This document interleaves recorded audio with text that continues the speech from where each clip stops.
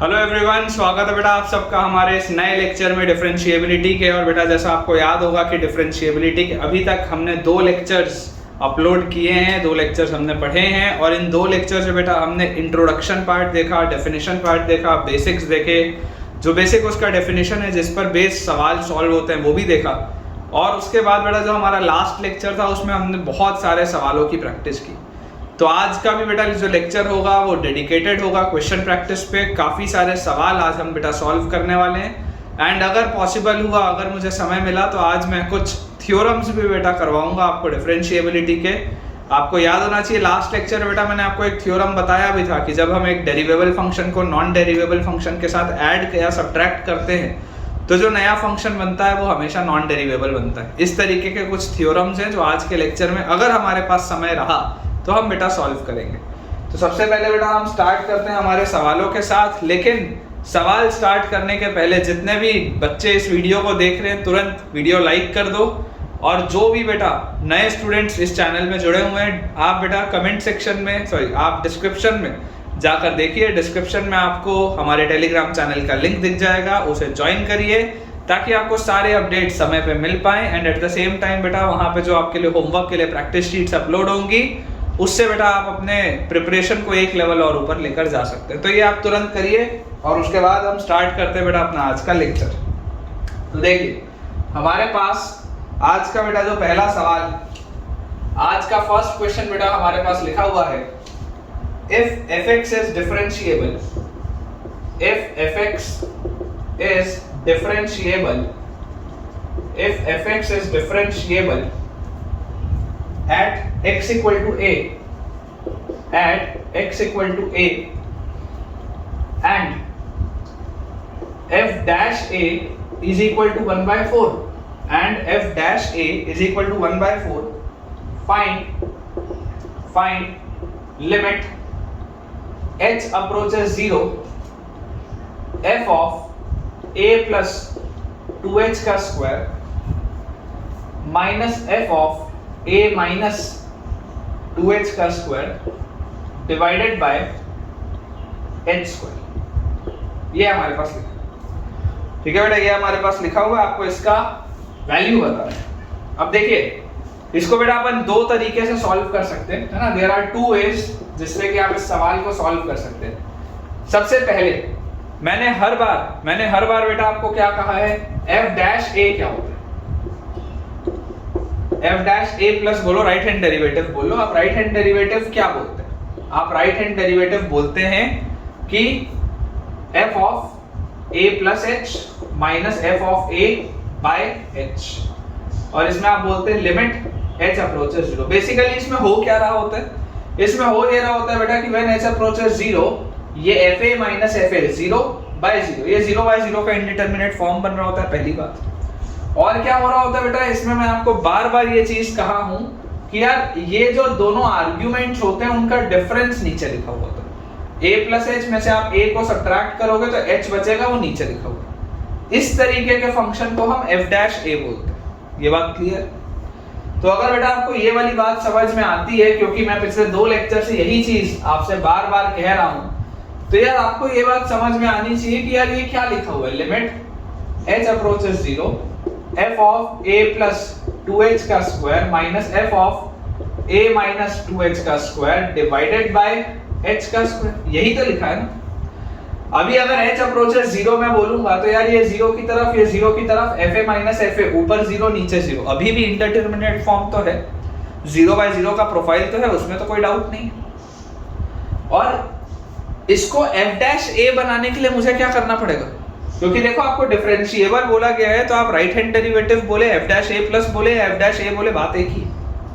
इसको f dash a बनाने के लिए बेटा मैं बोलूंगा कि यार इन दोनों आर्गुमेंट्स का डिफरेंस क्या है, what is the difference between these two arguments. a plus 2h square में से अगर मैं a सब्ट्रैक्ट कर दूं तो गया, और माइनस 2h स्क्वायर और सब्ट्रैक्ट कर दूं तो 2h स्क्वायर और माइनस माइनस प्लस, तो ये आ जाएगा 4h स्क्वायर। इन दोनों आर्गुमेंट्स को आप बेटा सब्ट्रैक्ट करेंगे तो आ जाएगा 4h स्क्वायर। मतलब कि वेरी इंपॉर्टेंट, अगर बेटा मैं 4 मल्टीप्लाई करूं और 4 डिवाइड करूं, अगर मैं 4 बेटा मल्टीप्लाई करूं और 4 डिवाइड करूं तो जरा सोच कर देखिएगा क्या ये वाली जो पूरी चीज है, क्या ये वाली जो पूरी की पूरी चीज है यार, ये f डैश ए लिखा हुआ है क्या? ये f डैश ए तो लिखा हुआ है, सोच के देखो, this is f dash A, this is बेटा दिस इज f डैश ए। ऊपर जो लिखा हुआ है उन दोनों का डिफरेंस नीचे लिखा हुआ है, दिस इज f डैश ए। तो अगर बेटा ये आपके पास आ गया f डैश है, तो बेसिकली आपका सवाल अब क्या हो गया, 4 टाइम्स f डैश ए का आपको वैल्यू निकालना है। आपको वैल्यू किसका निकालना है, 4 टाइम्स ये पूरा f डैश ए है, लिमिट तो गया इसके अंदर, तो 4 टाइम्स f डैश ए अपने आप में 1/4 था, तो 4 टाइम्स f डैश ए क्या हो जाएगा, 1 हो जाएगा। तो इसका आंसर क्या आएगा, 1 आएगा। इतना आसान सा सवाल है। ये कंसेप्ट इसमें सीखना था कि आर्गुमेंट्स का डिफरेंस नीचे होने से वो f डैश ए बनता है। तभी तो मैं बार-बार बोल रहा हूं f डैश ए क्या है, f of a plus h minus f of a upon h। नीचे क्या लिखा है, ऊपर वाले दोनों आर्गुमेंट्स का डिफरेंस, यही तो मैं बोल रहा हूं तब से। अच्छा अगला मेथड, चलो एक बार क्या बोलते हैं, किसी बच्चे को ये चीज नहीं आई समझ, वो बोला कि सर ये मेरे को नहीं आया समझ, दूसरा मेथड देखते हैं। दूसरा मेथड क्या है, दूसरा मेथड तो बेटा हम लिमिट्स में पढ़े हैं, रामबाण एक ही है, क्या है, l'Hopital रूल। l'Hopital रूल है, 0/0 का प्रोफाइल है, l'Hopital रूल जैसे ही लगाऊंगा देखो क्या आएगा, f of a plus 2h square will be f dash a plus 2h square, अंदर घुसेंगे a का डिफरेंशिएशन खत्म, 2h square का 4h, उसके बाद आगे minus f dash a minus 2h का स्क्वायर, अंदर घुसेंगे a खत्म, माइनस 2h स्क्वायर का माइनस 4h, ये एक माइनस है, बैलेंस हो जाएगा, यहाँ पे 4h लिख देते हैं, अपॉन नीचे क्या h square will be 2h, और लिमिट क्या है, h अप्रोचेस 0।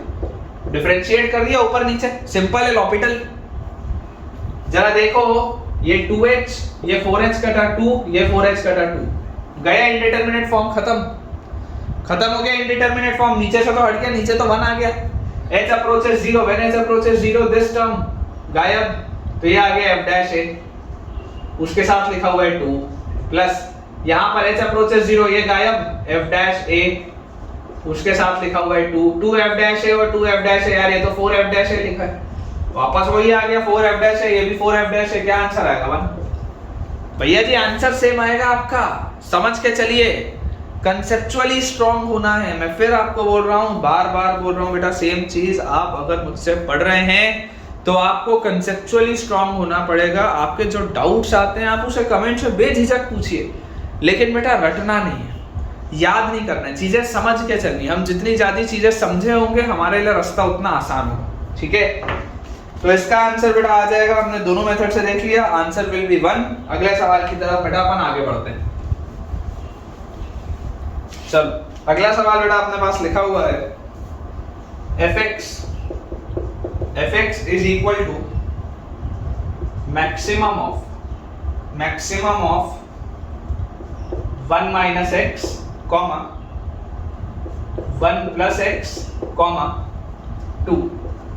ये 3 फंक्शंस का मैक्सिमम, ठीक है। अगर आपने मैक्सिमम फंक्शन नहीं पढ़ा है तो कोई बात नहीं, अभी देख लेंगे, कोई दिक्कत की बात नहीं, लेकिन इन तीनों में जो मैक्सिमम होगा आपको वो लेते जाना, ठीक है ना। मैक्सिमम फंक्शन या मिनिमम फंक्शन, मतलब अगर मैक्सिमम लिखा है तो तीनों में जो जो मैक्सिमम होगा हम वो लेंगे, अगर मिनिमम लिखा होता तो तीनों में जो जो मिनिमम होता हम वो लेते।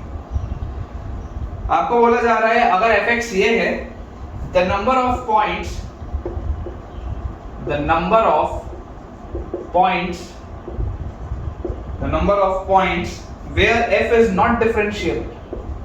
where f is not differentiable, nd लिख देता हूं, where f is not differentiable, ये आपको बताना है कि ऐसे कितने बेटा पॉइंट्स हैं जहां पर हमारा फंक्शन डिफरेंशिएबल नहीं है। कोई बात नहीं, बहुत आसान सा सवाल है, देखते हैं।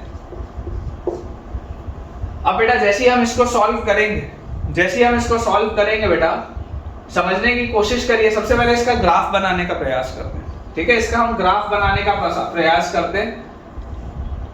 देखिए इसका ग्राफ कैसा होगा मैं आपको बता रहा हूं। ये y एक्सिस है आपके पास, ये बेटा आपके पास x एक्सिस है, ये माइनस y है, सॉरी माइनस x है, ये माइनस y।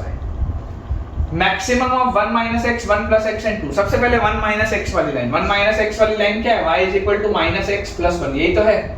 1 minus x जो लिखा है वो यही तो है basically, y is equal to minus x plus 1। Straight line है, लीनियर इक्वेशन है, 2 वेरिएबल में स्ट्रेट लाइन है। कैसा लाइन होगा, slope negative, y intercept positive. यार ये कुछ ऐसी वाली लाइन हो गई क्या, इस तरीके की कोई लाइन होगी क्या? देखो स्लोप क्या है, स्लोप नेगेटिव, -1 का स्लोप, 135 डिग्री का angle, y intercept positive, y intercept आपको दिख रहा है पॉजिटिव, बढ़िया सा 1। अगला क्या है 1 + x, अगली लाइन है y = 1 + x। स्लोप क्या है बेटा, स्लोप पॉजिटिव 1 है, स्लोप 45 डिग्री का एंगल होगा, y इंटरसेप्ट अगेन 1। इसका लाइन कैसा होगा बेटा, इसको इस तरीके से बना लेते हैं और पीछे एक्सटेंड कर लेते हैं, ऐसा कुछ ऐसे ही इसका ग्राफ होगा, है ना। कोइंसिडेंटली ज्यादा अच्छा बन गया, मेरे को ऐसा लग रहा है।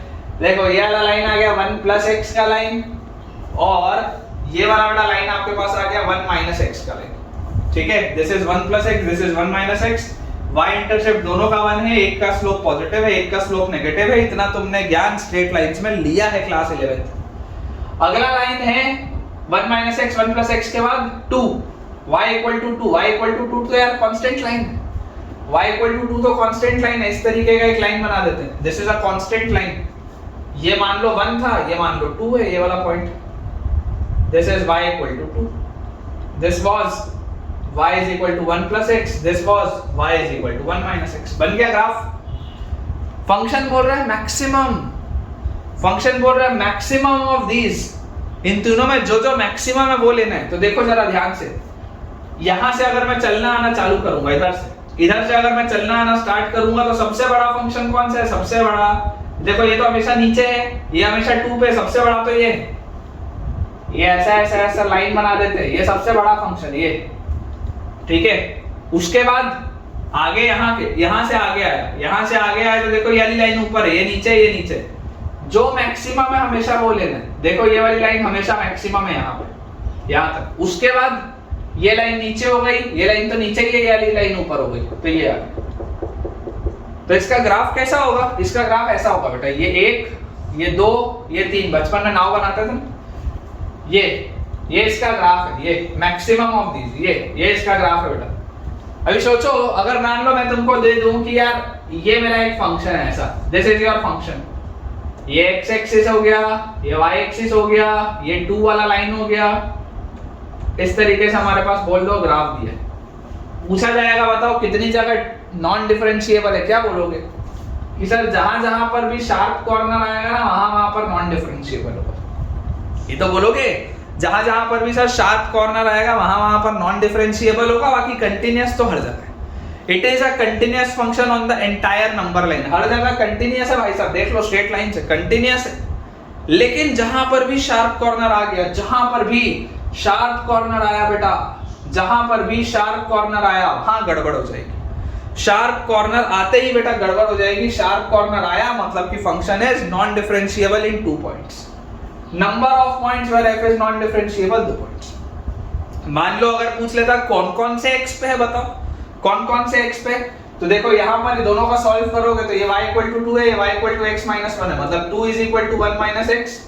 तो यहां से आ गया क्या, x = -1, ये -1 वाला पॉइंट, ठीक है, ये -1 वाला पॉइंट है। और यहां पर भी आप देखोगे तो ये थोड़ा सा अपन ने बेटा ग्राफ गलत बना दिया, ऐसा बना देना, ये -1 वाला पॉइंट है। और अंदाजे से लगता है कि अगर आप इसको 2 के साथ सॉल्व करोगे तो यार ये y = 1 वाला पॉइंट है, ऐसा, ठीक है। तो x = -1 पर और x = 1 पर this function is non differentiable, it is continuous everywhere on the entire number line, ठीक है। तो number of points of non differentiable function कहां पर आ जाएगा बेटा, 2 पॉइंट्स पे आएगा, +1 पे और -1 पे,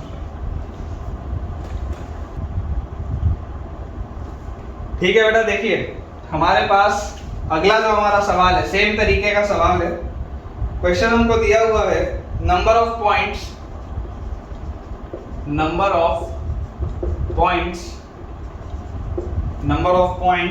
at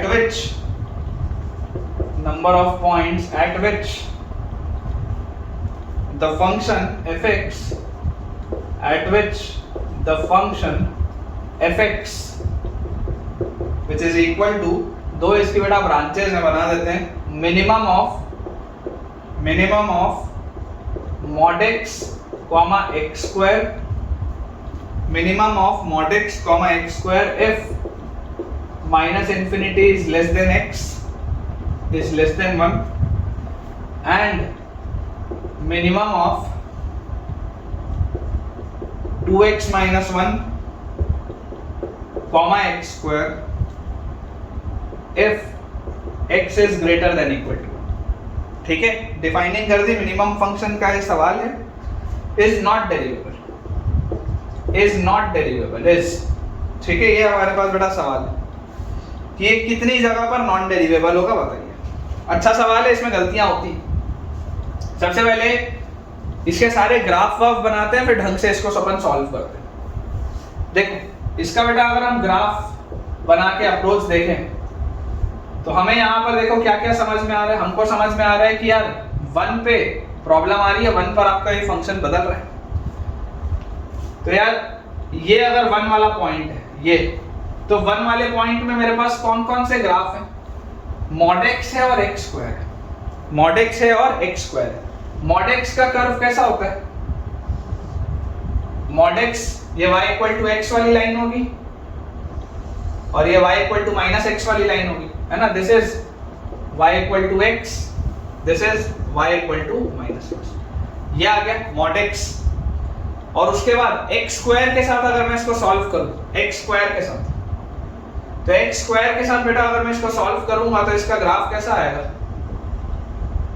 कुछ ऐसा आएगा क्या? सोच के देखो, है ना। फ्री हैंड बेटा बना रहा हूं, अगर आप चाहें तो ढंग से भी इसको बना के देख सकते हैं। अपन फ्री हैंड बना रहे हैं इसको, 1 यहाँ पे अभी नहीं लिखते, पहले मैं ग्राफ बना लेता हूँ फिर देखता हूँ, ठीक है। ये ऐसा इस तरीके का इसका कुछ ग्राफ बनेगा, थोड़ा और अच्छा अपन बना सकते हैं, मुझे ऐसा लग रहा है। इसको इसके हिसाब से अगर मैं देखूं तो इधर से काट के जाना चाहिए, मतलब कुछ ऐसा है। मान लो ऐसा कुछ ग्राफ इसका होगा, ठीक है। इस तरीके का मान लो बेटा इसका कुछ ग्राफ होगा इस तरीके, ठीक है। तो यार आप जानते हैं y इक्वल टू x और y equal to x square वाले को आप सॉल्व करेंगे तो एक इंटरसेक्शन पॉइंट आएगा 0 पे और एक आएगा 1 पे, मतलब ये वाला पॉइंट होगा 1 पर। और माइनस x और x स्क्वायर को आप बेटा जब सॉल्व करेंगे तो x से एक x कटेगा 0 पे और माइनस में, ये आपके पास आएगा, ठीक है। ये हमको समझ में आता है, ऐसा कुछ आना चाहिए। इसको भी थोड़ा और ऐसा कर लेते हैं अपन, ठीक से बना लेते हैं, कोई बात नहीं, ठीक है। आप लोग बेटा ढंग से बनाइएगा, पेंसिल वेंसिल से अच्छे से बनाइएगा। तो इस तरीके का ये ग्राफ आ गया किसका? y equal to x square का ग्राफ और मॉड x का ग्राफ। अब जैसे बेटा मेरे पास ये वाला ग्राफ बन गया, अब मुझे बोला जा रहा है minimum of 2x minus 1 and x square. 1 के आगे क्या बात हो रही है? 1 के आगे बात हो रही है ये x स्क्वायर वाला ग्राफ है और 2x माइनस 1 वाला ग्राफ, 2x माइनस। अच्छा जरा सोच के देखो, दोनों में कॉमन क्या है? x स्क्वायर और 2x माइनस 1 में अगर मैं कॉमन देखूं तो ये लिखा हुआ है x square minus 2x plus 1। यार ये तो x माइनस 1 का होल स्क्वायर लिखा हुआ है। इन दोनों को जब तुम सॉल्व करोगे, इस x स्क्वायर को देखो, जैसे मैंने यहाँ पर x स्क्वायर को मॉड x के साथ सॉल्व किया तो माइनस 1 और 1 दो पॉइंट आए जहां पर आपका कर्व इंटरसेक्ट हो रहा है, जहां पे आपका कर्व इंटरसेक्ट हो रहा है। जब आप x स्क्वायर को 2x माइनस 1 के साथ बेटा सॉल्व कर रहे हो, x स्क्वायर को 2x माइनस 1 के साथ, तो यार ये तो x माइनस 1 का होल स्क्वायर आ गया। x माइनस 1 का होल स्क्वायर आ गया, मतलब कि इसके तो दोनों ही सॉल्यूशन कहां पर आ रहे हैं? x इक्वल टू 1 पे। मतलब कि जरा सोच के देखो, ये जो क्वाड्रेटिक है इसका d क्या आ गया? इक्वल टू 0 नहीं आ गया। परफेक्ट स्क्वायर है, इस क्वाड्रेटिक का डिस्क्रिमिनेंट क्या होगा? Equal to 0। देखो ये x square minus 2x plus 1 equal to आप 0 करोगे तो यार ये x माइनस 1 इक्वल टू 0 होगा, तो x का वैल्यू 1 आ गया और ये वाली क्वाड्रेटिक का d इक्वल टू 0 आ गया। इसका मतलब क्या है?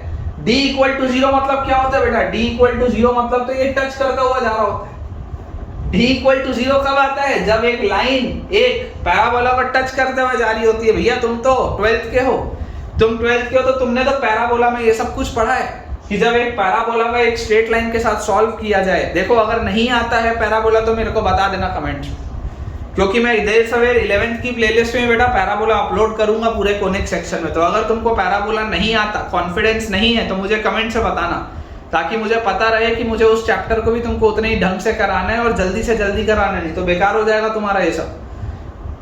जब आप एक पैराबोला को एक स्ट्रेट लाइन के साथ सॉल्व करते हैं और बनने वाले क्वाड्रेटिक का अगर डिस्क्रिमिनेंट इक्वल टू 0 आ रहा है, इट मींस कि वो लाइन उस कर्व को टच करते हुए जा रही होगी, और अगर वो लाइन उस पे टच करते हुए जा रही है मतलब वो उस पे टेंजेंट है।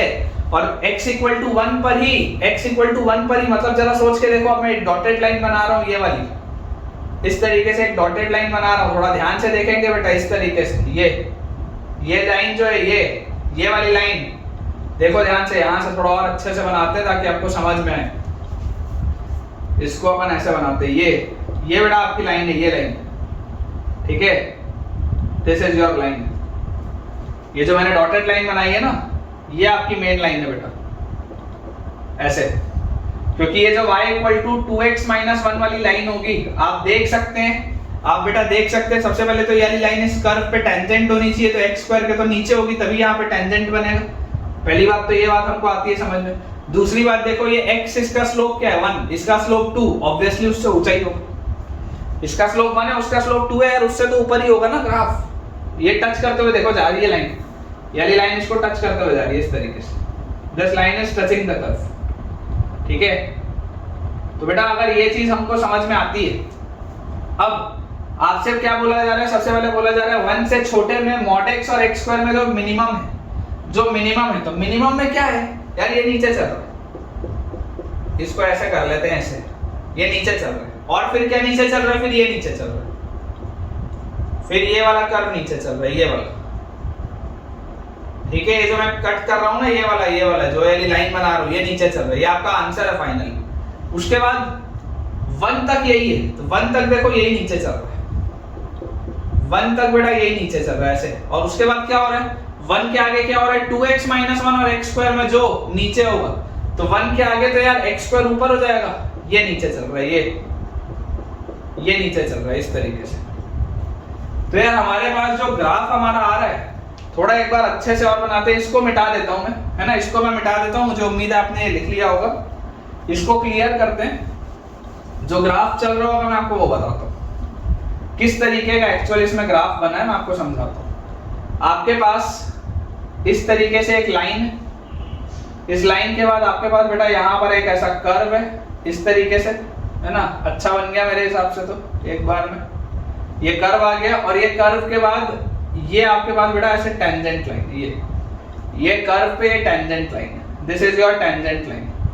यहाँ पीछे डॉटेड बना दिया हूँ, आगे मेन लाइन बना दिया, ठीक है। ये कर्व ऐसा होता तो ये x स्क्वायर का कर्व यहाँ उठ जाता, ठीक है ना, ये x स्क्वायर का कर्व यहाँ उठ जाता है ऐसे इधर पे, ये x स्क्वायर का कर्व इधर पे उठ जाता, लेकिन ये लाइन आ गई, तो ये लाइन है आपके पास 2x माइनस 1 वाली लाइन, ठीक है। और मिनिमम में आप देख रहे हैं तो यहाँ पर आपके पास ये लाइन है y equal to minus x वाली लाइन, ये वाला पॉइंट आपके पास -1, और ये वाला बेटा जो कर्व है, ये कर्व है आपके पास x स्क्वायर का, y is equal to x square का ये कर्व है फ्रॉम -1 से 1, क्योंकि ये नीचे चल रहा है।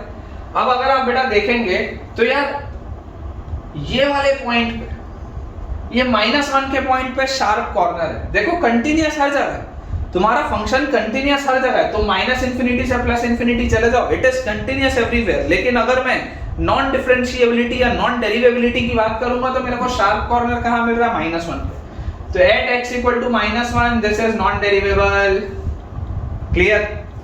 उसके बाद अक्सर बच्चों से गलती क्या होती है, बच्चे बोलते हैं सर ये x इक्वल टू 1 पर भी ना नॉन डेरिवेबल होगा, कुछ और महान बच्चे बोलते हैं वो 0 पर भी नॉन डेरिवेबल बोल देते हैं। समझने की कोशिश करो, 0 पर तुम्हारा कर्व x स्क्वायर है, ये स्मूथ है, तो 0 पर तो है ही नहीं, 0 पर तो शार्प कॉर्नर का लफड़ा है ही नहीं, 0 पर तो डेरिवेबिलिटी आएगी ही आएगी।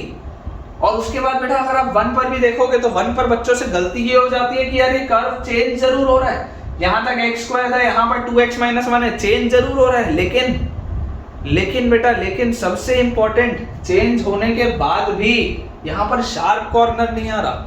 क्यों शार्प कॉर्नर नहीं आ रहा, क्योंकि यार ये जो x स्क्वायर वाला कर्व है, उस x स्क्वायर वाले कर्व पे ये 2x माइनस 1 वाली line at x equal to 1 तो टेंजेंट है।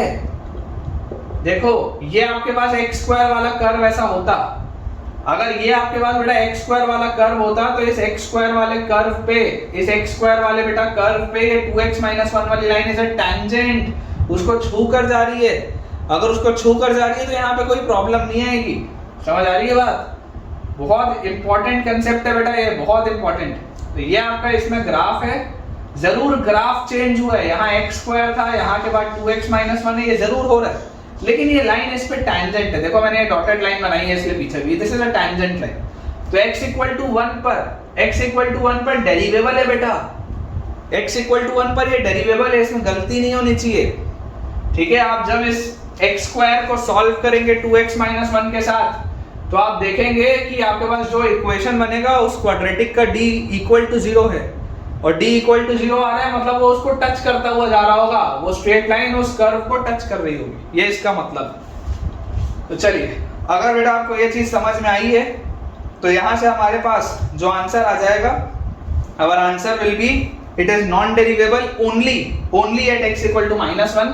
अगर किसी बच्चे को इस फंक्शन को डिफाइन करना हो ठीक से, है ना, नॉन डेरिवेबल सिर्फ और सिर्फ -1 पर, ये बात सही है। अगर किसी को फंक्शन को डिफाइन करना हो तो आप आराम से बेटा कर सकते हैं। देखिए ये फंक्शन -x है, दिस फंक्शन इज -x -1 तक, -∞ से -1 तक।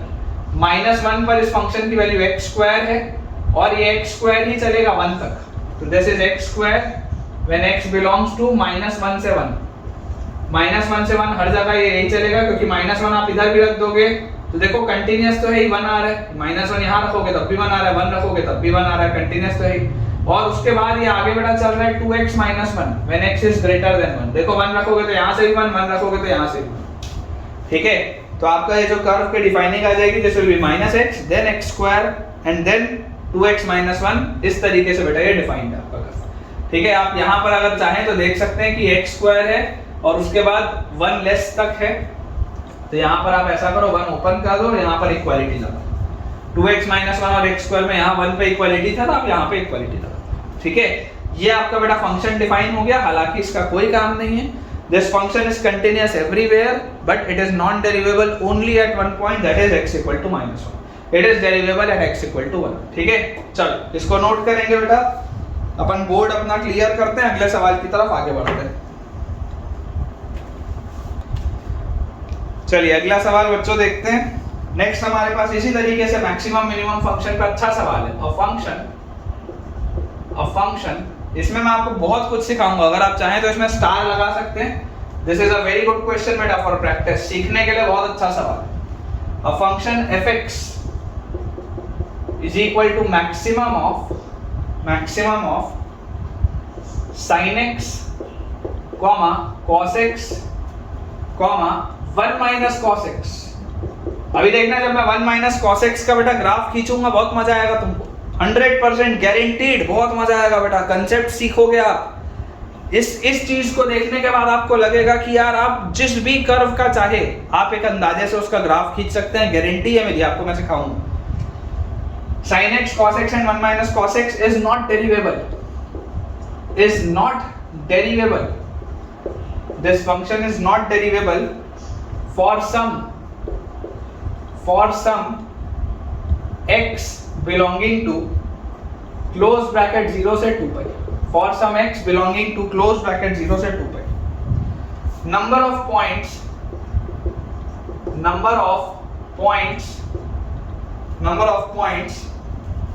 of non-derivability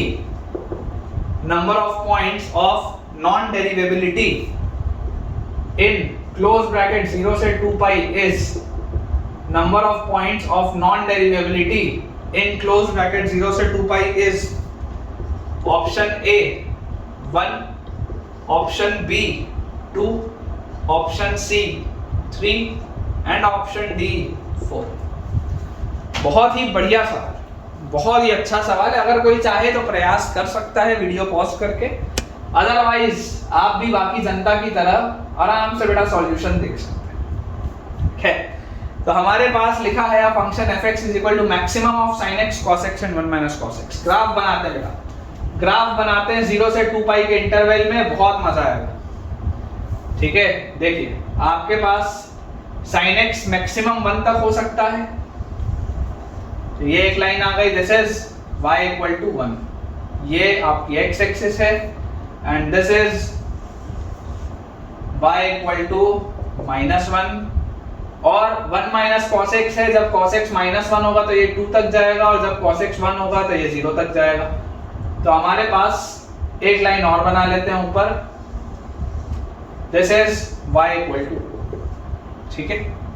और इसमें बेटा हम, ये आपकी y एक्सिस है, ये -y है, ये -x है, ठीक है। और ये बेटा आपका ओरिजिन है, this is your origin. Origin के बाद आप अलग अलग अगर बेटा पॉइंट्स प्लॉट करें ये पाई बाय 2 का पॉइंट ले लो, इसको पाई का पॉइंट ले लो, इसको बेटा पॉइंट आप ले लो 3 पाई बाय 2 का, और इसको ले लो 2 पाई। 0 से लेकर पाई बाय 2 तक sin x 1 पे जाता है, ठीक है। आराम से बेटा बनाते हैं इसको। फिर पाई बाय 2 से पाई तक, इसको थोड़ा सा और ठीक कर लेते हैं अपन। 0 से लेकर पाई बाय 2 तक बेटा आपका sin x जो है वो इंक्रीज होगा। उसके बाद पाई बाय 2 से लेकर पाई तक आपका बेटा ये ग्राफ डिक्रीज होगा। फिर पाई से लेकर 3 पाई बाय 2 तक फर्दर डिक्रीज होगा, और फिर 3 पाई बाय 2 से 2 पाई तक इंक्रीज होगा। तो ये आपके पास ग्राफ आ गया sin x, ठीक है। हर जगह स्मूथ ये कर्व होता है। मैं पूरा डॉटेड इसमें बनाऊंगा ताकि आराम से मेरे को करते बने ये चीज। इसके बाद बेटा अगर हम बात करें cos x के ग्राफ की, तो cos x का ग्राफ 0 से पाई बाय 2 तक डिक्रीज हो रहा है। उसके बाद बेटा ये पाई बाय 2 से पाई तक फर्दर डिक्रीज हो रहा है।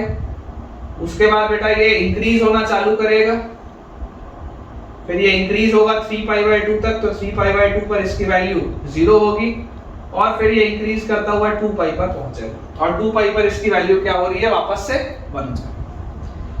अब 1 माइनस cos x सबसे इंपॉर्टेंट है बेटा। 1 माइनस cos x, अगर मान लो आपके पास एक फंक्शन है 1 माइनस cos x, fx एक फंक्शन है, this is 1 minus cos x। मैं बोलता हूं मेरे को 1 माइनस cos x का ग्राफ खींचने का है 0 से 2 पाई में, मेरे को खींचना नहीं आता इसका ग्राफ। तो मैं आपको बोलूंगा क्या, सबसे पहले डिफरेंशिएट करो, सिंगल डिफरेंशिएशन मारो, f डैश x 1 का गायब, माइनस cos x का माइनस sin x। यार डिफरेंशिएशन इसका sin x आ गया, माइनस बाहर रखेंगे, cos x का माइनस sin x होता है, माइनस माइनस बैलेंस होगा, सिर्फ sin x बचेगा, f dash x is sin x।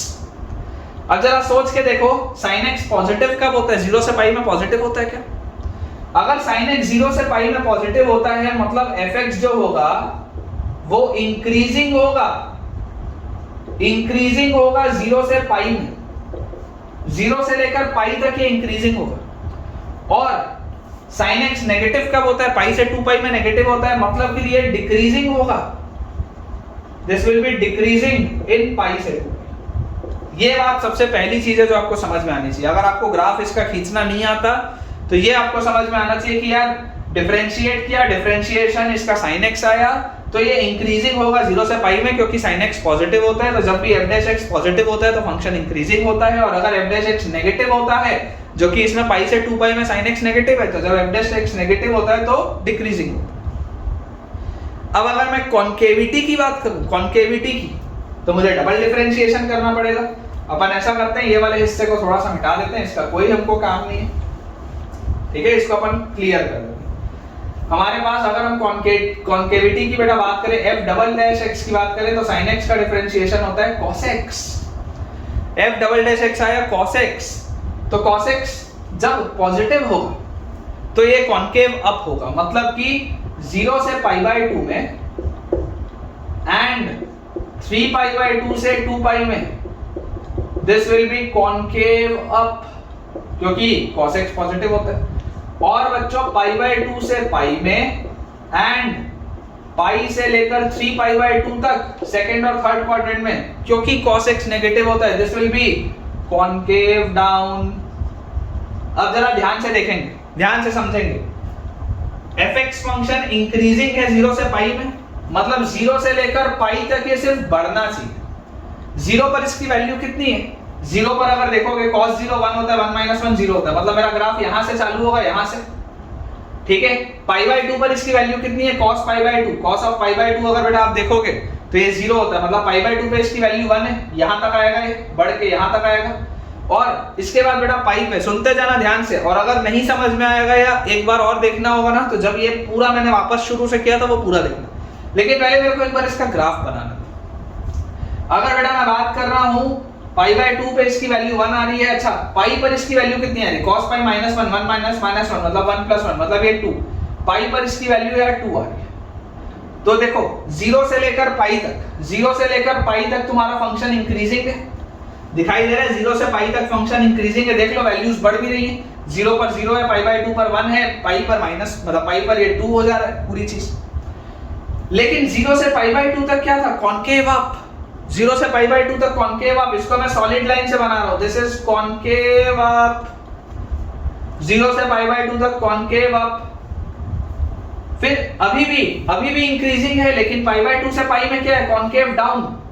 Pi by 2 से पाई में दिस इज कॉन्केव डाउन। देखो ये कॉन्केव अप ऐसे मैंने बनाया, ऐसे ऐसे, ये कॉन्केव अप बनाया, ये कॉन्केव अप, और फिर ये concave down, this is your concave down.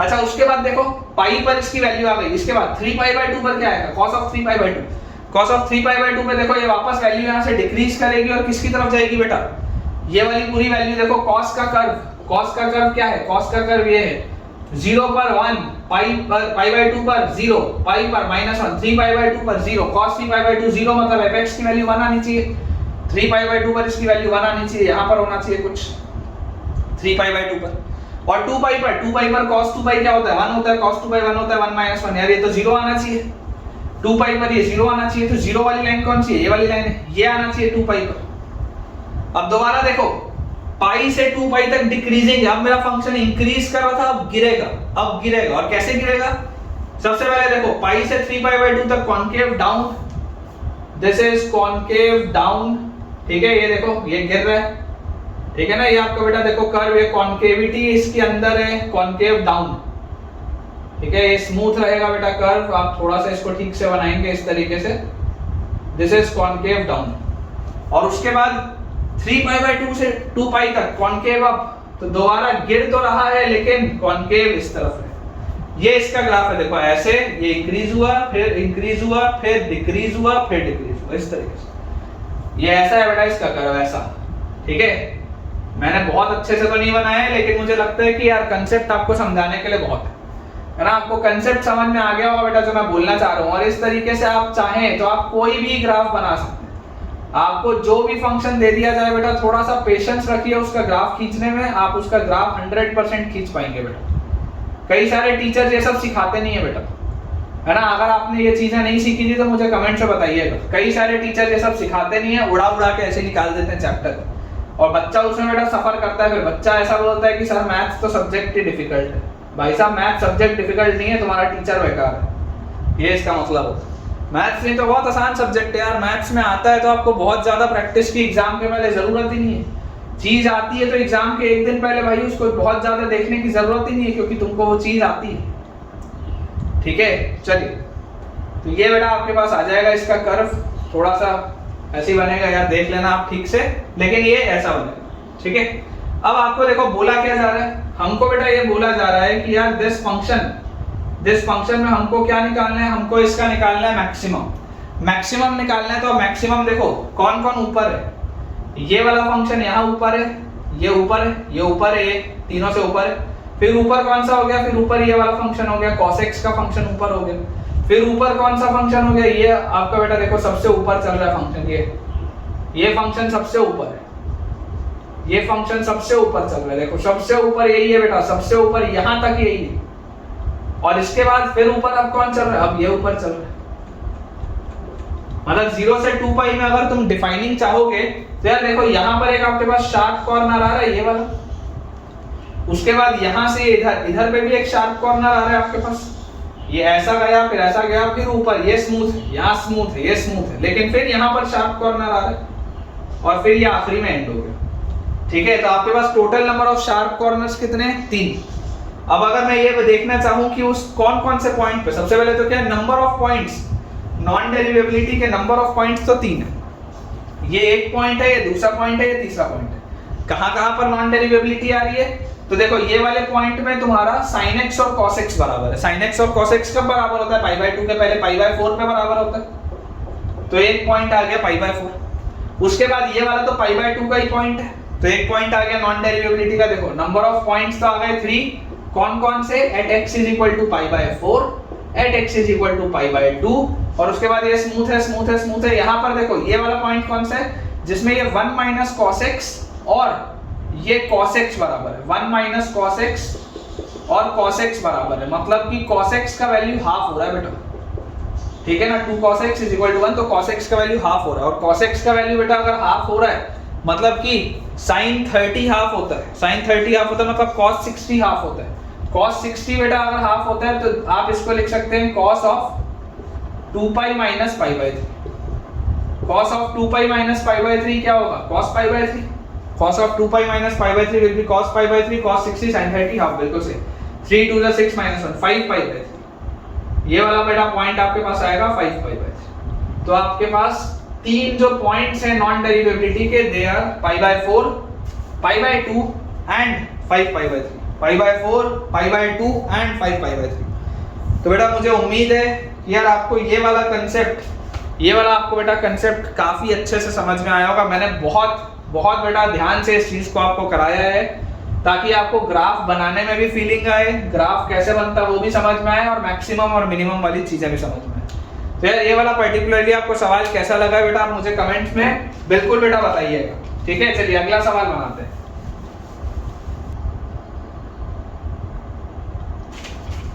ठीक है बेटा, देखिए अगला सवाल हमारे पास लिखा हुआ है, if the number of points of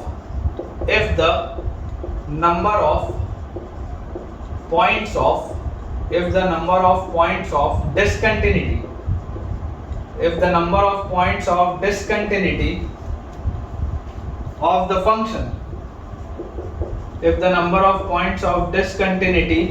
of the function fx is equal to bracketed of 2 plus 15 cos x, fx is equal to bracketed of 2 plus 15 cos x, जहां पर x है बेटा 0 से पाई बाई 2,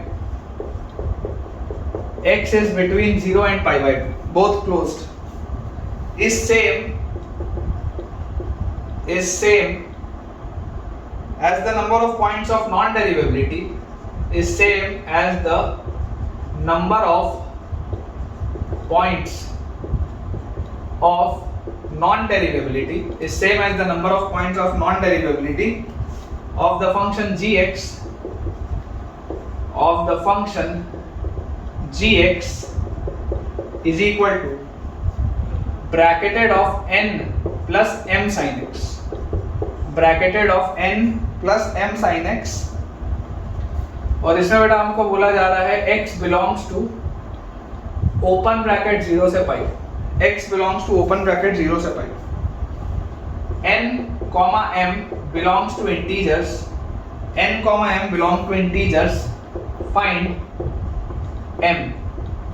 ये हमारे पास बेटा क्वेश्चन, ठीक है, टिपिकल जेई एडवांस सवाल है और इसमें आप लिख लीजिए where this is your greatest integer function, है ना। ये वाला फंक्शन और ये वाला फंक्शन ग्रेटेस्ट इंटीजर फंक्शन है और ये क्लोज ब्रैकेट 0 से पाई बाई 2 है, ये ओपन ब्रैकेट 0 से पाई है। ये हमारे पास बेटा इसका सवाल दिया, स्टार लगा लेंगे, अच्छा सवाल है, ठीक है, स्टार लगा लेंगे, अच्छा सवाल है। आप में से अगर कोई चाहे वीडियो अभी बेटा पॉज करके इसका सॉल्यूशन ट्राई कर सकता है एक बार, अदरवाइज देखिए आपको बोला जा रहा है the number of points of discontinuity, number of points of discontinuity of the function fx is equal to bracketed of 2 plus 15 cos x। fx function क्या दिया हुआ है, fx is bracketed of 2 plus 15 cos x in close bracket 0 से pi by 2, 0 से pi by 2 closed इस interval में। तो यार bracketed of x plus i क्या होता है, this is as good as bracketed of 15 cos x। 2 लिखने का क्या मतलब है, 2 तो बेकार है, हमको पता है ना bracketed of x plus i जो होता है this is equal to bracketed x, एक ही बात। तो यार ये तो बेकार लिखा हुआ है, 2 plus 15 cos x तो क्यों ही मैं लिखूंगा, यही बस लिखेंगे, ठीक है। अब जैसी बेटा आपको ये चीज आती है समझ में, है ना, इसको आप यहाँ पर +2 लिख लीजिए, बाहर लिख लीजिए +2, कोई दिक्कत नहीं, ब्रैकेटेड ऑफ 15 cos x +2, इस तरीके से आप इसको लिख सकते।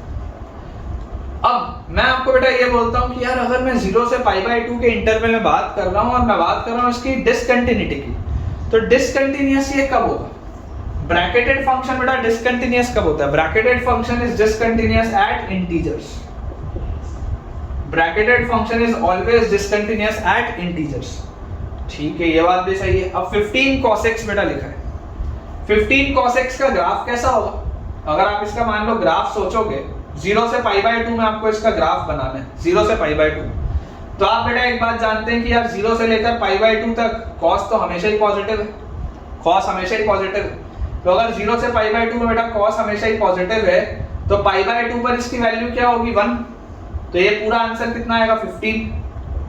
0 पर इसकी वैल्यू सॉरी पाई बाय 2 पर इसकी वैल्यू होगी 0, तो इसका पूरा का आंसर आएगा 0, और 0 पर इसकी बेटा वैल्यू होगी 1, मतलब इसका आंसर क्या आएगा 15। तो इसका ग्राफ तो कैसा होना चाहिए, होगा तो बेसिकली cos के पैटर्न का ग्राफ होगा। ये बात तो आती है समझ में, 0 से पाई बाय 2 के इंटरवल में।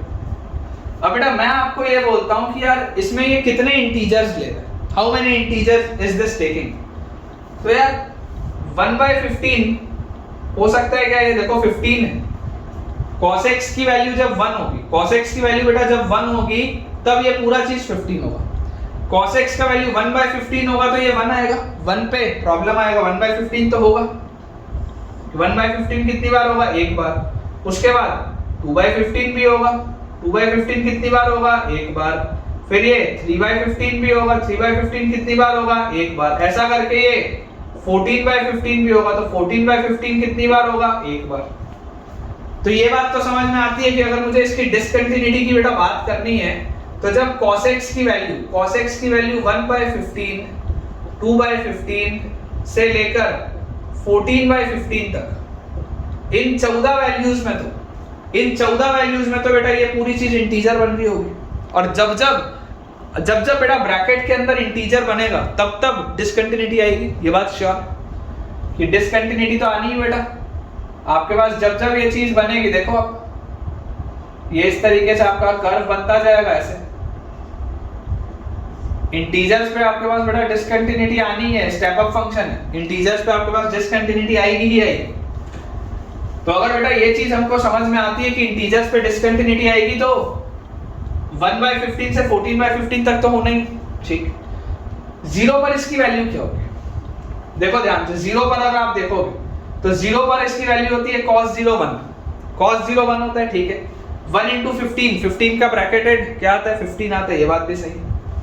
अच्छा 0 प्लस पे इसकी वैल्यू क्या होगी, 0 प्लस पे यार ये 15 से थोड़ा सा छोटा होगा, 0 प्लस पे ये 15 से एकदम थोड़ा सा छोटा होगा, तो अगर ये 0 प्लस पे 15 से एकदम थोड़ा सा छोटा है तो उसका ब्रैकेटेड 14 हो जाएगा।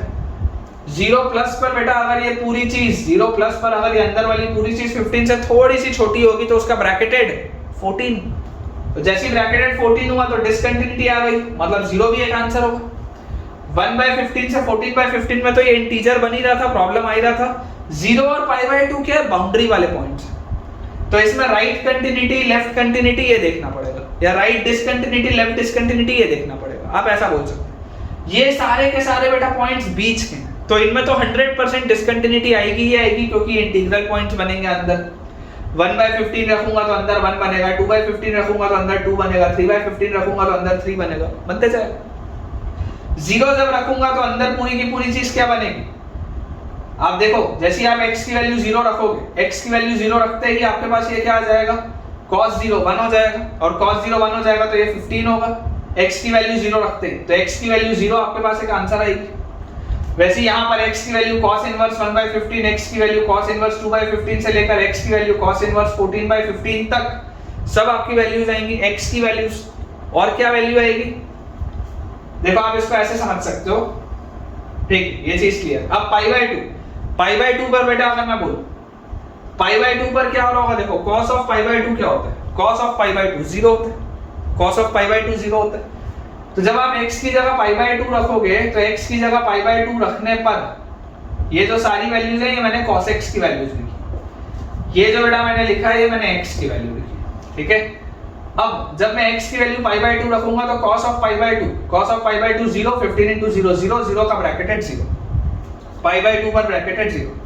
लेकिन बेटा अगर मैं पाई बाय 2 से थोड़ा सा छोटा रखूं, अगर मैं पाई बाय 2 से जस्ट थोड़ा सा छोटा रखूं, तो पाई बाय 2 से थोड़ी सी छोटी वैल्यू अगर हम यहाँ पर रखेंगे तो cos ऑफ पाई बाय 2 से जस्ट थोड़ा सा अगर आप छोटा रखोगे तो आपको वैल्यू क्या मिलेगी, आपको वैल्यू बेटा मिलेगी क्या, पॉजिटिव मिलेगी।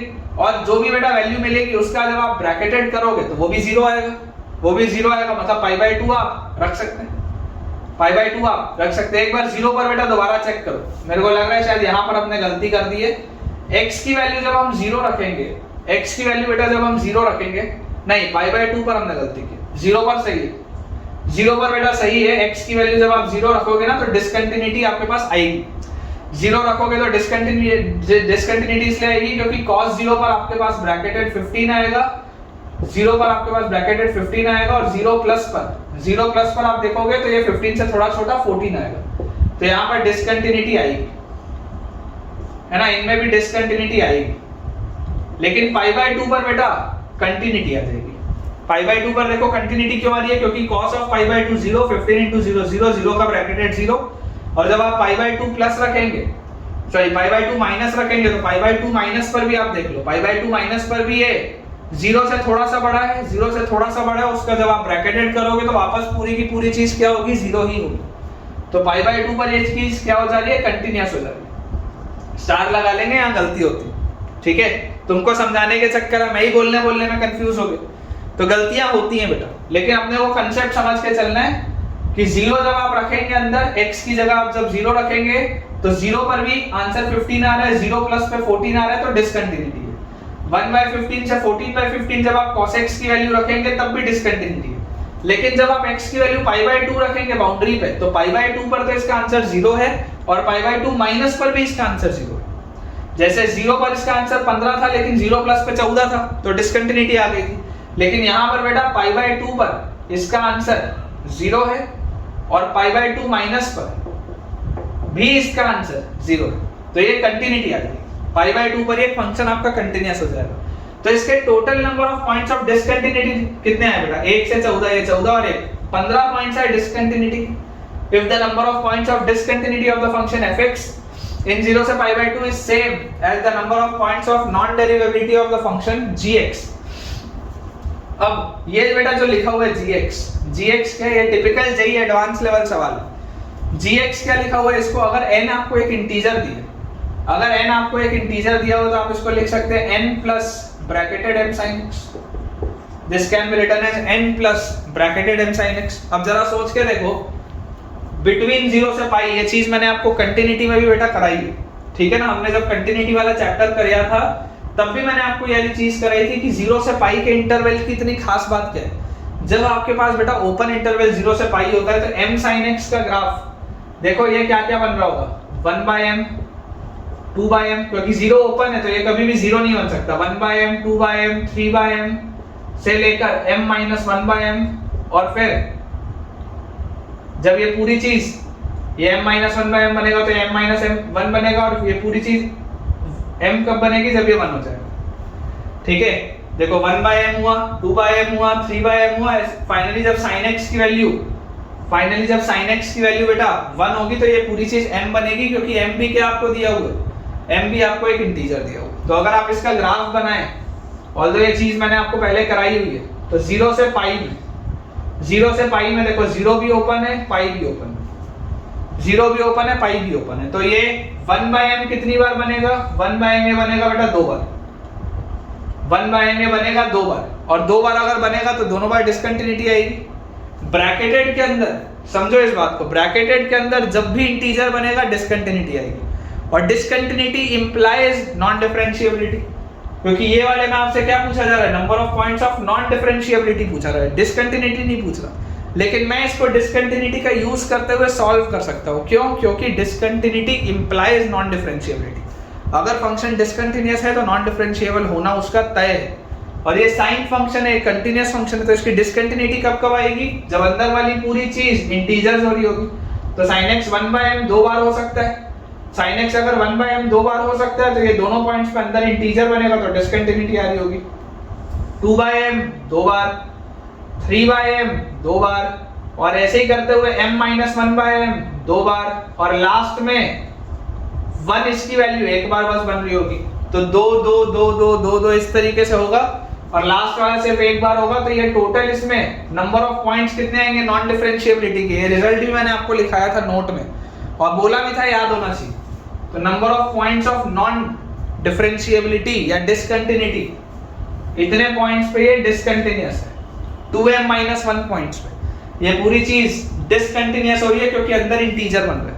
तो अगर ये पूरी चीज 2m-1 पॉइंट से बेटा डिसकंटिन्यूअस हो रही है, जिसमें अंदर इंटीजर बन रहा है, तो इतनी ही जगह डिसकंटिन्यूटी इंप्लाइज नॉन डिफरेंशिएबिलिटी, इतनी ही जगह ये नॉन डिफरेंशिएबल भी होगा। तो यही तो बोला जा रहा है, the number of points of discontinuity of the function, कितनी जगह पे डिसकंटिन्यूअस था ये वाला फंक्शन fx वाला, 15 जगह पे, in closed interval 0 से pi by 2 is same as the number of points of non differentiability of the function gx ये। तो ये नॉन डिफरेंशिएबल कितनी जगह है, 2m - 1। तो अगर ये दोनों बराबर है बेटा तो 2m का वैल्यू 16 और m का वैल्यू 8। ठीक है, फाइनली बेटा m का आंसर 8 आएगा, इसका आंसर विल बी 8। मेरे हिसाब से तो बहुत अच्छा सवाल है। आपको ये सवाल कैसा लगा मुझे कमेंट्स में आप बताइएगा। ठीक है, ये वाली चीज ध्यान रखिएगा, ये पाई बाय 2 पे कंटीन्यूअस हो जाएगा क्योंकि पाई बाय 2 पर भी 0 है, पाई बाय 2 माइनस पर भी 0। बाकी ये इन 15 वैल्यूज पर डिसकंटीन्यूअस है। और ये वाला तो मैंने आपको रिजल्ट बताया ही था कि इसकी डिसकंटिन्यूटी टोटल 2m - 1 पॉइंट्स पे आती है। बेसिकली ब्रैकेटेड फंक्शन बेटा, ब्रैकेटेड फंक्शन जब भी अंदर इंटीग्रल वैल्यू लेगा ओवरऑल पूरी चीज डिसकंटीन्यूअस हो जाएगी। ठीक है, तो समझ में आना चाहिए। चलिए अगला सवाल बेटा बनाते हैं अपन। चलिए बेटा हम अपना अगला एक कंसेप्ट है, बेसिकली कंसेप्ट है, मैं आपको एक सिखाना चाहता हूं। इसमें आपके पास लिखा हुआ है consider a quadratic trinomial, consider a quadratic trinomial fx is equal to ax square plus bx plus c over real coefficients,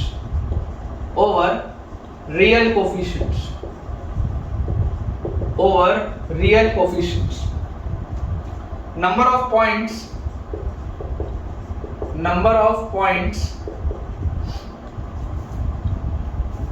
where the function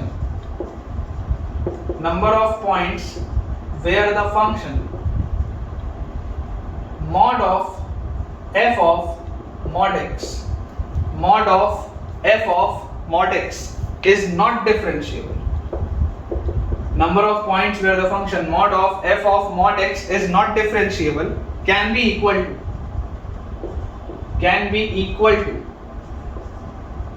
अब बेसिकली एक कंसेप्ट की तरह बेटा मैं आपको सिखाना चाहता हूँ। क्या इसमें आपको बोलना चाहता हूँ मैं आपको बताता हूँ। एक क्वाड्रेटिक ट्राइनोमियल दिया हुआ है ax square plus bx plus c। Quadratic में किस तरीके के बेटा केसेस होते हैं, एक बार अपन क्विकली ना कुछ केसेस बनाते हैं, उसके बाद इसको सॉल्व करते हैं। हमारे पास हो सकता है सबसे एक पहला केस जिसमें दोनों रूट्स पॉजिटिव हो, d ग्रेटर देन 0 भी। फिर हमारे पास एक केस हो सकता है जिसमें कि हमारे बेटा एक रूट पॉजिटिव हो एक रूट नेगेटिव हो, लेकिन पॉजिटिव वाला रूट बड़ा है। फिर हमारे पास हो सकता है कि एक रूट नेगेटिव हो दूसरा रूट पॉजिटिव हो, लेकिन नेगेटिव वाला रूट बड़ा है। फिर हमारे पास हो सकता है एक रूट पॉजिटिव हो एक रूट नेगेटिव हो और वर्टेक्स बराबर बीच में, पॉजिटिव और नेगेटिव वाला रूट एक बराबर है, ऐसा भी हो सकता है। तो ये तो बेटा कुछ केसेस हो गए d ग्रेटर देन 0। और क्या क्या हो सकता है, और हमारे पास बेटा इसमें आ सकता है अगर मैं इस तरीके का कोई केस लूं, ऐसा वाला, ये हो सकता है। और इसमें हम क्या कर सकते हैं, हम एक बेटा ऐसा भी केस ले सकते हैं इस तरीके का, ये भी पॉसिबल है। और हम इसमें क्या कर सकते हैं, हम इसमें एक ऐसा भी केस ले सकते हैं जिसमें वर्टेक्स बिल्कुल यहीं पे आ जाए, ऐसा भी केस हो सकता है। और सेम तरीके से बेटा अगर मैं d इक्वल टू 0 के भी केसेस लूं तो d इक्वल टू 0 के भी केसेस मेरे पास बन सकते हैं। ठीक है ना, d इक्वल टू 0 के भी इस तरीके से बेटा केसेस आपके पास बन सकते हैं अलग अलग, यहाँ पर आप बना लेते हैं। ठीक है, इस तरीके का भी हो सकता है एक आध केस ऐसा इधर पे ये हो, और एक केस ऐसा हो सकता है इस तरीके का। ठीक है, ये बेटा तमाम आपके पास देखो अलग अलग तरीके के केसेस बन सकते हैं। ये हमने d ग्रेटर देन 0 का बना लिया, फिर एक रूट पॉजिटिव लेके बना लिया, एक रूट नेगेटिव लेके बना लिया बड़ा, इस तरीके का भी एक केस बना लिया। ठीक है, उसके बाद अपन ने वर्टेक्स को है ना, दोनों रूट नेगेटिव हमने लिए क्या, दोनों रूट नेगेटिव वाला हमने नहीं लिया केस, उसको भी बना लेते हैं when both roots are negative, ये भी एक केस हमने बना लिया। और उसके बाद बेटा हमने ये वाला भी केस एक देख लिया, ये वाला भी एक केस देख लिया, ये भी देख लिया। ये सब जो जो हो सकता था अपन ने कई सारी चीजें बना ली, हो सकता है कुछ छूट भी गया, कोई दिक्कत नहीं। जो मैं आपको सिखाना चाह रहा हूं बेटा वो सबसे इंपॉर्टेंट केस ये है पहला, जिसमें सवाल बन सकता है।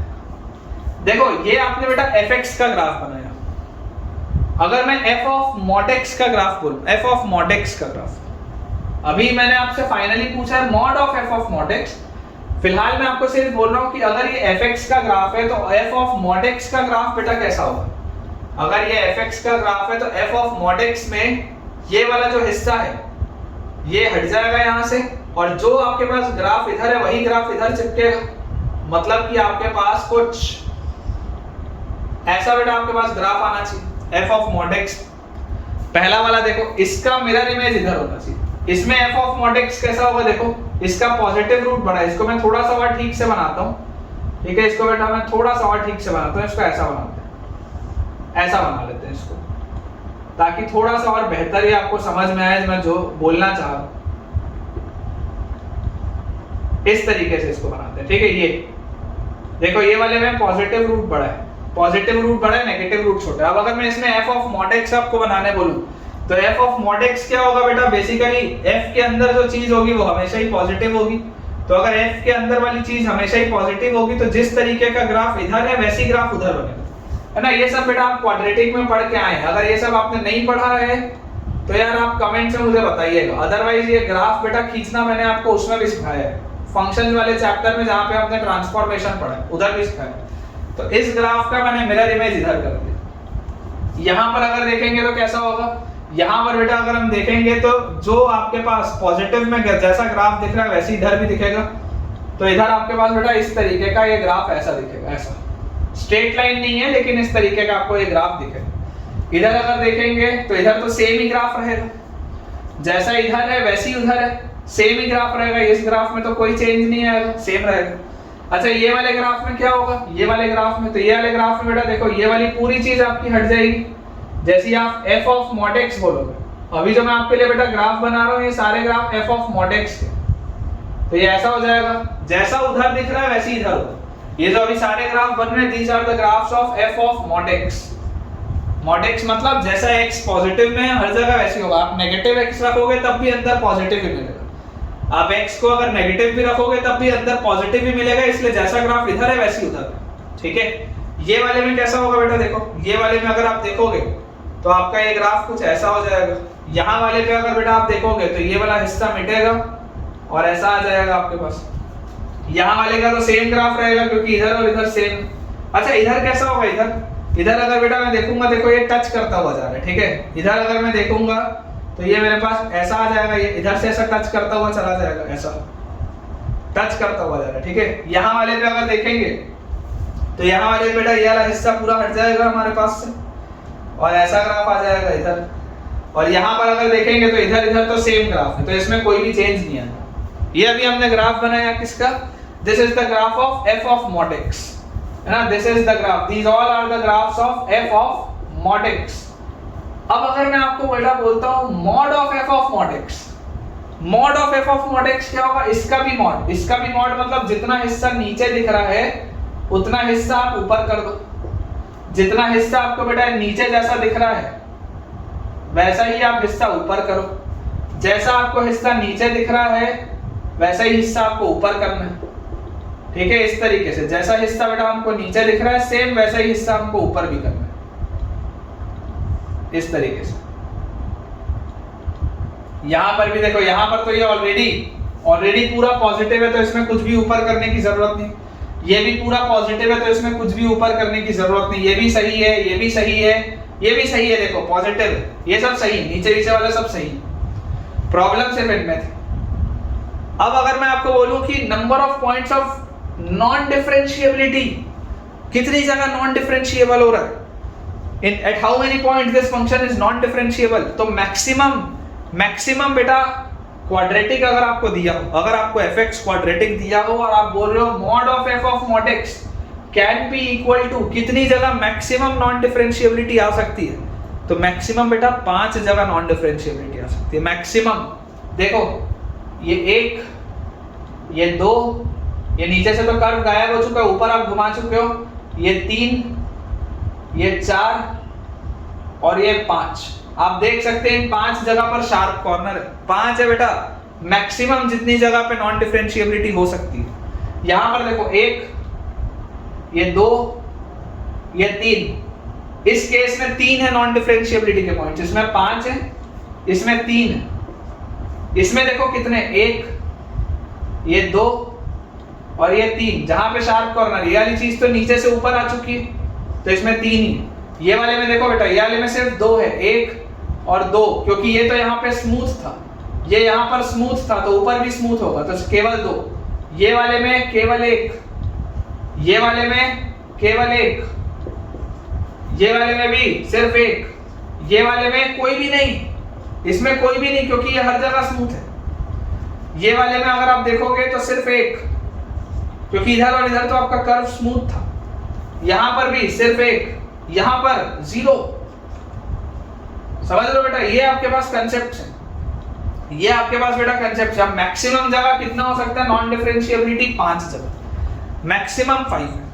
और अगर मैं आपसे ये भी पूछ लूं कि वो कौन कौन सी 5 जगह है, कौन कौन सी 5 जगह, तो मैं क्या बोलूंगा, देखो अगर इसका एक रूट अल्फा है, एक रूट बीटा है, पॉजिटिव अगर रूट्स हैं, दोनों रूट्स पॉजिटिव आपको दिख रहे हैं, सबसे पहली बात बोथ रूट्स आर पॉजिटिव। ये कौन सा केस है, देखो मैंने इसीलिए सवाल पे स्टार लगाया इस पे। मैं अगले लेक्चर पे इस पे क्वेश्चंस आपको कराऊंगा, सिर्फ इस पे, सिर्फ इस प्रोफाइल पे, क्योंकि इस पे सवाल बनते हैं। अगर fx एक क्वाड्रेटिक है, ध्यान से सुनिएगा जो बोल रहा हूं, अगर fx एक क्वाड्रेटिक है और अगर मैं आपसे mod of f of mod x बोलता हूं, तो एक क्वाड्रेटिक में f ऑफ मॉड x अगर सिर्फ रहता तो ऐसा ग्राफ बनता, लेकिन mod of f of mod x में बोला तो ये ऊपर भी घूम गया। और इसमें भी अगर मैं मैक्सिमम कितने नॉन डिफरेंशिएबिलिटी के पॉइंट्स आ सकते हैं, तो 5 मैक्सिमम नॉन डिफरेंशिएबिलिटी के पॉइंट्स आ सकते हैं 5। और वो 5 कौन से केस में आते हैं? When both roots are positive, क्योंकि अगर दोनों रूट पॉजिटिव होते हैं तो उसका मिरर इमेज इधर लेता हूं तो इधर भी पॉजिटिव, मतलब इधर भी 2 आएंगे रूट्स, और फिर उसको जब मैं उस पे भी मॉड लगाता हूं तो ये पूरी चीज जब ऊपर चले जाएगी तो टोटल 5 ऐसे पॉइंट्स आएंगे नॉन डिफरेंशिएबिलिटी। तो अगर एक रूट अल्फा एक रूट बीटा है तो ये माइनस अल्फा होगा, ये माइनस बीटा होगा, और ये वाला पॉइंट तो 0 वाला पॉइंट है। तो कहां पर आपके पास नॉन डिफरेंशिएबिलिटी आ रही है इन 5 में? x is equal to minus beta पे, माइनस अल्फा पे, 0 पे, अल्फा पे और बीटा पे। ये बहुत इंपॉर्टेंट चीज है, इस पे सवाल बनते हैं, पहले भी बने हैं बहुत बार, ठीक है। दिस इज वेरी इंपॉर्टेंट बेटा, this is very very important, इस पे मैं आपको सवाल करवाऊंगा, ठीक है ना। अगले लेक्चर में बेटा मैं आपको इस पे सवाल कराऊंगा। आज के लिए हम इतना ही रखते हैं, क्योंकि टाइम हो गया है, मुझे ऐसा लगता है लेक्चर का ऑलमोस्ट। इधर भी काफी रात हो रखी है, मैं रात को ही जनरली बेटा रिकॉर्डिंग्स भी करता हूँ, तो ठीक है। आज के लिए हम इतना ही रखते हैं बेटा। मैं देख लेता हूँ एक बार हमारा कोई केस छूटा ना हो, और इस पर बेस्ड क्वेश्चंस बेटा हम अपने अगले लेक्चर में करेंगे। काफी सारे इसमें सवाल बनते हैं, मैं आपको करवाऊंगा। चलिए, तो अगर बेटा आपको आज का लेक्चर पसंद आया है, जो मुझे पूरी उम्मीद है कि आपको आया होगा, तो कमेंट में मुझे बताइएगा जरूर, ताकि मैं इसी तरीके से आपके लिए ये शानदार मटेरियल, शानदार कंटेंट प्रोवाइड करता हूँ। देखो मैं बार बार बेटा इसलिए बोलता हूँ कमेंट्स में इंटरेक्ट करने, क्योंकि मुझे आदत है हमेशा लाइव क्लास पढ़ाने की, क्लासरूम के अंदर पढ़ाने की, जिसमें मैं बच्चों से बातचीत करता रहता हूँ और देखता रहता हूँ उनको, तो मुझे समझ में आ जाता है कि किसको क्या बन रहा है, क्या नहीं बन रहा है। लेकिन अनफॉर्चुनेटली अभी आप लोग के साथ वैसा हो नहीं पा रहा है, आप दिखते नहीं हैं, आपसे बातें नहीं हो पाती हैं। इस वजह से बेटा मुझे ये पता नहीं चलता है कि आप उससे कुछ सीख पा रहे हैं या नहीं सीख पा रहे।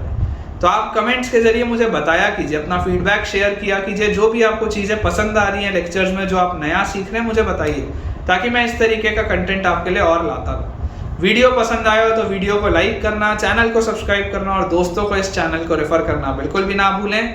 और बेटा आपके जो भी कमेंट्स हैं मुझे शेयर करें, और नए बच्चे जो हैं, जैसा मैंने लेक्चर के शुरू में ही बोला था, टेलीग्राम चैनल को ज्वाइन करो, उसके लिंक आपको बेटा डिस्क्रिप्शन में मिल जाएगा।